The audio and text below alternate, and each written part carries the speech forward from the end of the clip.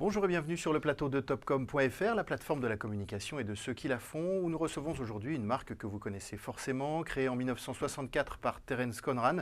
Vous l'avez peut-être acheté ou consommé si vous êtes amateur de mobilier, de design ou de décoration. Cette marque, vous l'aurez peut-être compris, il s'agit d'Habitat. Habitat qui a repris récemment la parole de manière assez événementielle à travers des films réalisés par François Ozon et qui mettent entre autres en scène Teddy Riner. Alors pour en parler, nous recevons aujourd'hui Rémi Poirson, directeur marketing d'Habitat, et Thomas Gage, directeur commercial de l'agence Les Gros Mots qui réalise cette campagne. Bonjour à tous les deux. Merci d'être avec nous. Donc 54 ans que la marque existe aujourd'hui. Où en est-elle? Comment a-t-elle évolué? Alors comme vous l'avez dit, effectivement, Habitat a été créé en 1964. Par Sir Terence Conran. On est en plein swinging London, hein, donc on fait partie de la vague pop art, c'est les Beatles, c'est l'irruption de la mode, et donc cette marque introduit dans la décoration ce principe de mode, ce principe de collection. Fini les meubles sombres, fini le linge blanc, on introduit la couleur, le meuble en pin, et donc la marque crée cet univers, elle crée la déco, on va dire, adapté à l'univers de la mode, la déco qui change, on renouvelle tout l'intérieur, on équipe les gens avec un mot d'ordre relativement simple, beau, utile et accessible. L'idée, c'est de dire que tout ce qui est utile peut être beau, c'est pas juste utile, et qu'après ça doit rester accessible en termes de prix. Donc voilà, la marque a vécu sur ce credo-là depuis les années 60, elle est arrivée en France en 70 et elle s'est établie à peu près dans une vingtaine de pays très rapidement. Elle a eu jusqu'à 150 magasins. Aujourd'hui, on est dans un univers beaucoup plus concurrentiel, évidemment, à la fois concurrence d'autres marques. On a une approche qui est beaucoup plus low cost également, avec une marque bien connue notamment, ou des marques françaises relativement puissantes. Et on a également l'arrivée de ce qu'on appelle les pure players. Donc on est dans un univers, si je suis complètement transparent, beaucoup plus chahuté, mais on a un capital de sympathie et une marque d'une puissance incroyable qui profite de deux éléments, l'implantation en centre-ville et la présence de magasins. Ça veut dire que les gens, les clients, nos clients, les Français et les Européens plus généralement peuvent tester le produit, ils peuvent s'asseoir dans le canapé, ils peuvent vérifier sa qualité, ils peuvent vérifier son confort, ils peuvent mixer les produits ensemble, les matcher, les toucher. Et dans l'univers de la déco, ça reste une expérience très importante. Voilà, donc la marque aujourd'hui est en restructuration depuis un peu plus de 5 ans, puisqu'elle a été rachetée par le groupe CAFOM, très en difficulté, avec une perte abyssale. On parlait de 20 millions d'euros de pertes, donc c'était absolument énorme. Aujourd'hui, on a restructuré une grande partie des activités, recréé le studio de design, remis les collections au niveau, apporté des nouveautés, restructuré les magasins, et on est reparti en ouverture, à la fois en France, à l'international et jusqu'en Asie. Donc on a une marque qui est en expansion, et c'était le moment précisément, une fois que les grands fondamentaux sont faits. L'un des derniers grands chantiers, je dirais, c'est la refonte, par exemple, de l'entrepôt. Alors, ça paraît complètement fou, mais aujourd'hui, tout est logistique. S'il n'y a pas de logistique, si la logistique n'est pas au niveau, votre canapé, il n'arrive pas en temps et en heure, votre vase, il n'est pas dans le bon magasin, et votre colis, il arrive cassé chez le client. Donc, ce n'est pas possible. Donc, c'était le grand chantier. On pouvait prendre la parole, une fois que ces grands chantiers sont faits. Donc, il y a eu cette évolution de contexte, vous l'avez dit. Ça veut dire qu'aujourd'hui, en termes de... Vous êtes sur combien de pays aujourd'hui ? Combien de personnes travaillent pour Habitat? On a environ 500 personnes en interne, puisqu'on est présent sur la France, l'Espagne, l'Allemagne, la Norvège et aujourd'hui la Suisse, parce qu'on vient d'ouvrir en Suisse en mode succursale, même si on a un petit réseau de franchisés en France, mais globalement, ce sont essentiellement des succursales. Et on est présent sous forme de franchise à l'international. Pourquoi? Parce que il faut connaître les habitudes de consommation, il faut bien connaître le pays. Donc tout l'arc, je dirais, scandinave, on est présent sous forme de succursale, et notamment en Asie, où c'est beaucoup plus loin, puisqu'on est présent en Thaïlande, on est présent en Chine, on est présent à Singapour, on va ouvrir à Taïwan. Mais là, c'est plutôt sous forme de franchise. On a une centaine de points de vente dans le monde aujourd'hui. Voilà. Marque quand même très européenne, avec un développement sur l'Asie aujourd'hui. Oui, absolument. D'accord. Le positionnement, du coup, de fait que ce contexte est pas mal évolué, est-ce qu'il a changé? Est-ce que Habitat promet toujours la même chose aujourd'hui? Oui, on est resté quand même relativement en phase avec l'ADN de la marque. Alors, si je reprends vraiment ce que Sir Terence Conran avait dit, l'utile peut être beau et le beau accessible, la première partie de la phrase, si on fait de la sémantique, l'utile peut être beau, c'était les années 60-70, c'est fait. Les gens se sont équipés globalement. Jusqu'aux années 80, c'est un acquis. Les gens se sont équipés, ils ont changé leur intérieur, ils ont compris ce que ça pouvait être le design, les meubles contemporains. On vit plus dans les meubles de sa grand-mère, on n'achète plus, on ne reçoit plus, on va dire, par exemple, sa chambre à coucher à son mariage et on meurt dedans. Ça n'existe plus. Donc ça, c'est fait. En revanche, la deuxième partie de la phrase, de dire que le beau aujourd'hui, c'est le design, en gros, c'est la création du design, doit être accessible, ça reste profondément vrai. Et il doit être accessible de deux manières, je dirais. À la fois en termes de forme, il faut que le design soit facile à adopter. Il ne faut pas qu'il soit excluant. Ce qu'on appelle le over-design, des choses trop dessinées, trop ambitieuses, trop pointues, c'est un peu excluant pour la plupart des gens. Une petite élite intellectuelle ou qui a énormément de moyens peut se permettre d'acheter ces marques très ambitieuses. La vaste majorité de la population qui veut du design est obligée d'acheter des choses quand même plus accessibles. Donc, la qualité, le grand design, le beau produit, le beau matériau, mais à un prix qui reste accessible. Donc, dans une contrainte de prix importante, et ça reste l'un des fers de lance d'Habitat. Un vrai design, un design de qualité, mais facile à mélanger. J'ai aucun problème à ce que nos produits, bien au contraire, soient mélangés avec d'autres marques, et notamment Ikea, puisqu'il faut le citer. On commence tous, c'est ce qu'on appelle le teacher, c'est lui qui apprend le marché. Eh bien, très longtemps, vous gardez des produits Ikea chez vous, et puis vous switchez vers Habitat parce que voilà, vous avez un peu plus de moyens, vous avez un peu plus d'ambition, votre goût vous porte vers d'autres choses, donc vous mixez, ça aucun souci, tout en ne cassant pas votre tirelire. C'est ça l'ambition d'Habitat, et donc ça reste vrai. Cet adage, je dirais. Sur son marché, enfin, même quand on regarde un petit peu le marché justement des enseignes que vous représentez, vous avez donné l'impression d'avoir toujours été assez discret en communication. On a toujours cette impression que le marketing primait vraiment sur la communication. Est-ce que c'est toujours le cas aujourd'hui ou comment est-ce que ça évolue? Alors, dans ma vision, la communication n'est qu'un des aspects du marketing. Donc, dans le fameux mix, c'est un des aspects. Donc, il faut avoir une stratégie marketing bien ficelée pour faire de la communication.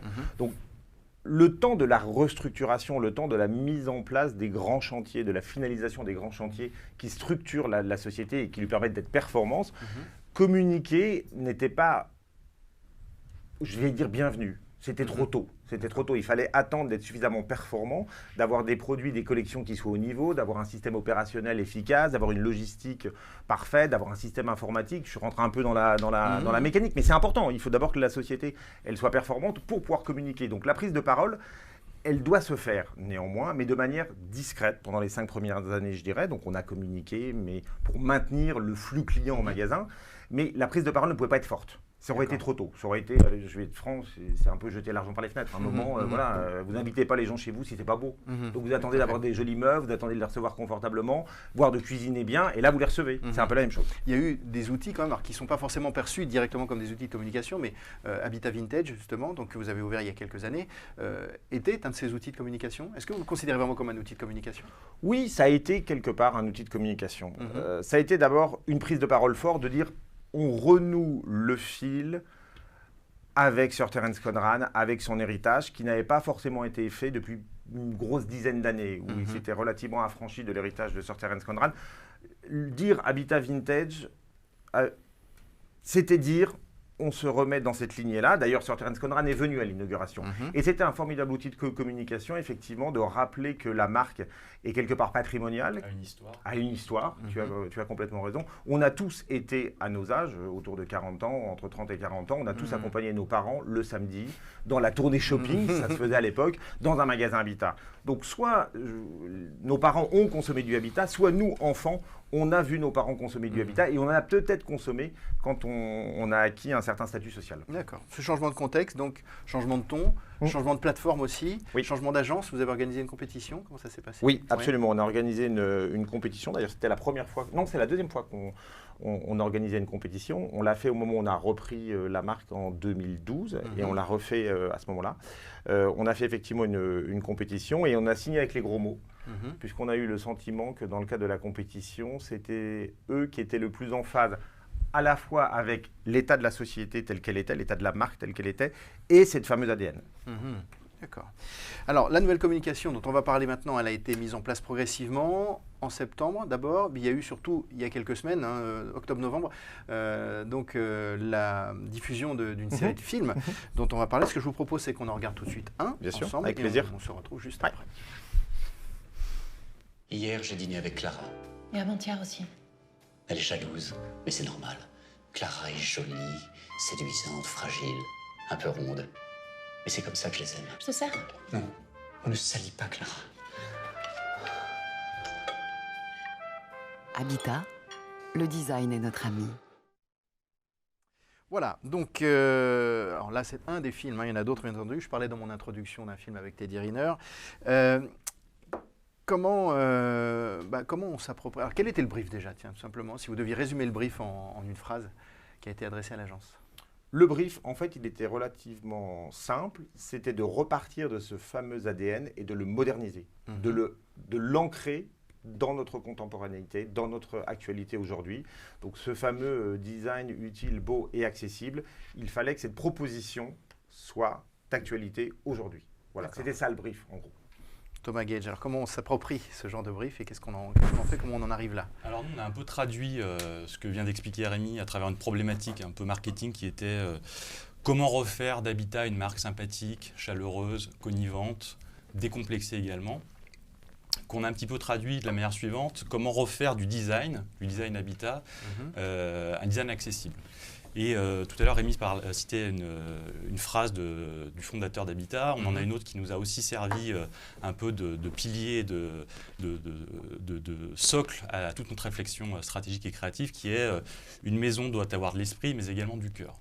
Nous, notre analyse, c'est que l'esprit, c'est bien, mais le cœur, c'est important, et notamment pour rendre accessible cette marque auprès des Français, lui redonner un peu de chaleur, un peu de connivence, un peu de connexion aussi. Recharger émotionnellement Exactement. la marque, en fait. Voilà, donc le cœur a été très important et on a voulu, à travers, on vient de le voir, l'humour de nos films, mais également de tous les prints qu'on a notamment en magasin, de l'humour, du second degré, un peu d'esprit aussi, mais d'esprit décalé, un peu smart, j'allais dire.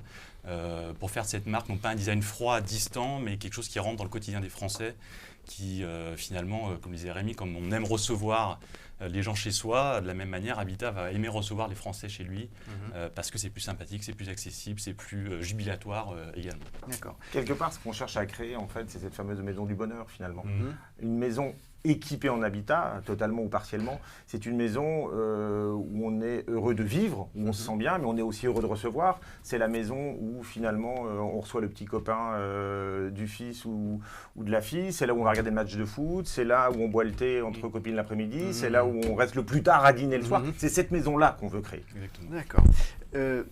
Teddy Riner est dans le film. Est-ce qu'il était, dans un des films, est-ce qu'il était un personnage imposé, parce que vous êtes en contrat avec lui depuis quelques années, 1 ou 2 ans, je ne sais plus. On est en cours de 2e année, donc oui, c'était un exercice imposé. D'accord. Il faisait partie du brief. Il faisait partie du brief, et effectivement, ce qui nous a beaucoup intéressé aussi dans l'expérience des gros mots, c'était leur travail avec Teddy Riner sur une autre marque. Parce que c'est quand même un personnage il faut l'appréhender, c'est une masse, c'est une taille, c'est un colosse, même si j'ai buté parfois sur ce mot. C'est un colosse, donc il faut savoir l'appréhender, et c'était pas évident, Teddy Riner vis-à-vis d'Habitat. C'est pas, on pense Habitat, on pense design, on se dit pas tout de suite, ah tiens, Teddy Riner, c'est la main sportive, c'est du judo, ça paraît un peu loin, mais au final, quand on dit que le design est notre ami et que Teddy Riner est la 3e personnalité préférée des Français, en termes d'amitié, en termes de connivence et d'accessibilité, on est dans le mille. Exactement. D'accord. Justement, alors, au-delà de... il y a ce qu'on vient de voir comme film, il y a ce ton que vous avez voulu donner. Il y a plein de manières de faire de l'humour, de faire du décalage. Qu'est-ce qui vous a conduit à cette construction de film? En fait, on est parti d'un constat qui est qu'on fait commerce de produits et il s'avère que chez Habitat, plus de 300 produits ont un prénom. Et il s'avère également que nos amis ont tous un prénom.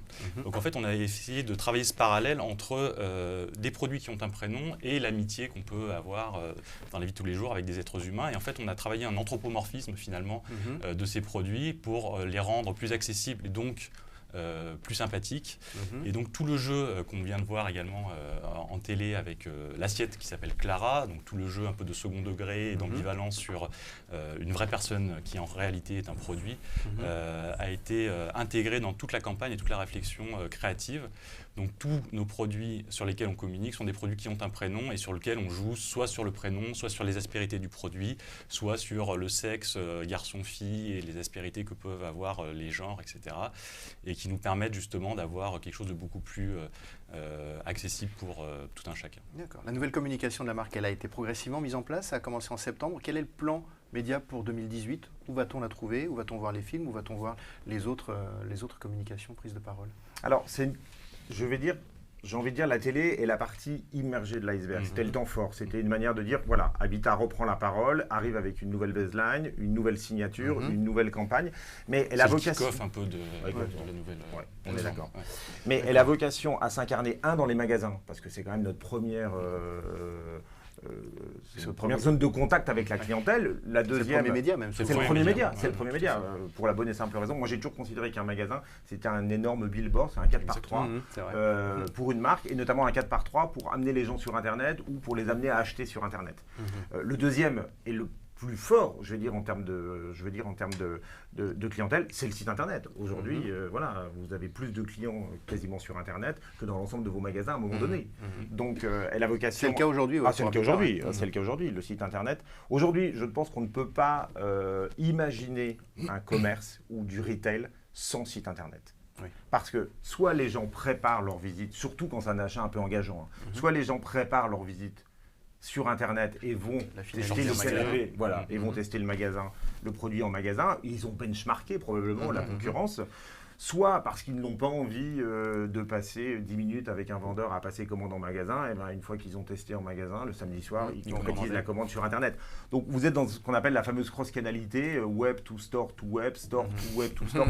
Ça se passe de différentes manières, mais en tout cas, il y a une fusion totale. On ne peut pas seulement imaginer un site, un magasin sans site internet aujourd'hui. Donc le site internet a vocation à héberger la campagne et tous les réseaux, tout l'univers, l'écosystème internet hors Habitat évidemment, et tous les réseaux sociaux.